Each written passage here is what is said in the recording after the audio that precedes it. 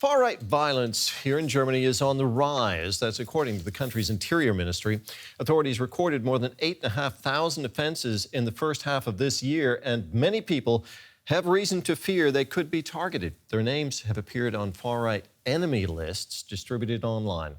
The Interior Ministry has said the lists do not pose a tangible threat, but critics say authorities are not taking matters seriously enough. Ruben Neugebauer's name is on an enemy list put together by right-wing extremists. They also put his address online in an attempt to scare him and his colleagues. We get a lot of death threats. Sometimes these death threats are very concrete. It's something we live with, and we've made a decision to deal with it, so we're not intimidated by it. The reason Ruben Neugebauer is on this list is that he works for Sea-Watch, an organisation that rescues refugees in distress at sea. Right-wing extremists are constantly uploading lists of their political opponents online. The same list that Ruben Neugebauer is on also includes journalists, NGO team members and politicians, sometimes with insults next to their names. Another list highlights Jews. Their names are marked with a Star of David. And although the authorities are aware of these lists, in most German states they have not informed the people who are named. Are authorities taking this matter seriously enough? In June, Conservative politician Walter Lübcke was shot dead by an alleged right-wing extremist. Lübcke's name had appeared on a list compiled by the NSU, an extreme-right terror network.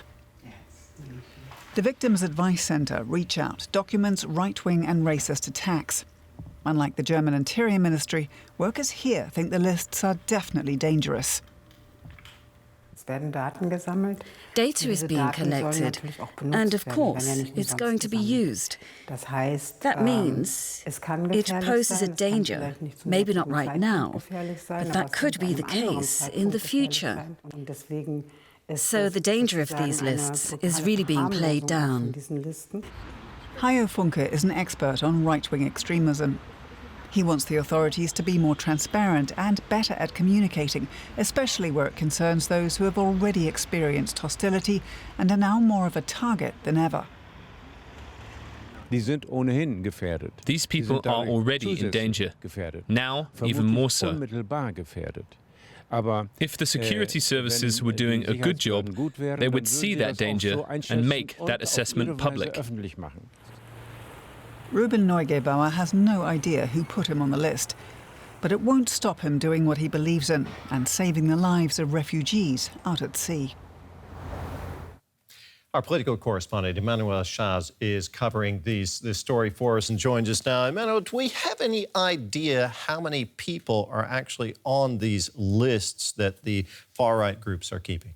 Well, actually, thousands of people are affected. The last list that was made public is a list of 25,000 people that was compiled by a far-right group called Nordkreuz that has been uncovered earlier this year. We also had earlier on this year a hashtag trending on Twitter, Wir kriegen euch alle, which means we will get you all. These hashtag compiled the names of about 200 people who were targeted by far-right sympathizers. There was also a much smaller list compiled by a German soldier. He had compiled 23 names that he deemed of individuals he deemed being enemies of the state. And of course, earlier on, the NSU, the National Socialist Underground, whose members had committed 10 racially motivated murders in Germany between 2000 and 2007, had also compiled such a list of about 10,000 people.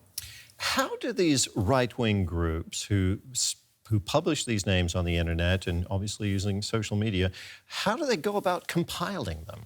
Well, by hacking websites, that's the main way of gathering data. When I talk about data, it's not only names of people, politicians, public figures, journalists, it's also their personal addresses, their phone numbers, so all the information that might help identify them and their whereabouts. What's the Interior Ministry in Germany doing about that? Justice authorities, are they going after these right-wing groups who publish these lists?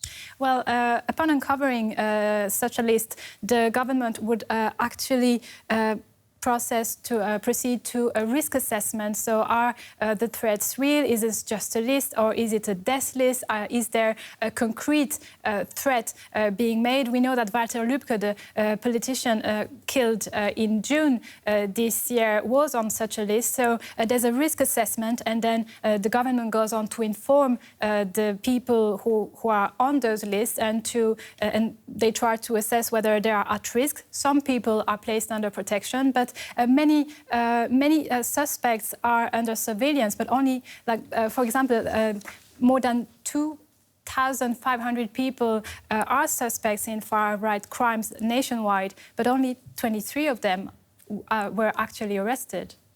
Okay, I guess the priority should also be to protect those who are truly threatened by those right-wing groups. Emmanuel Chazma, Political Desk, thank you so much. Thank you.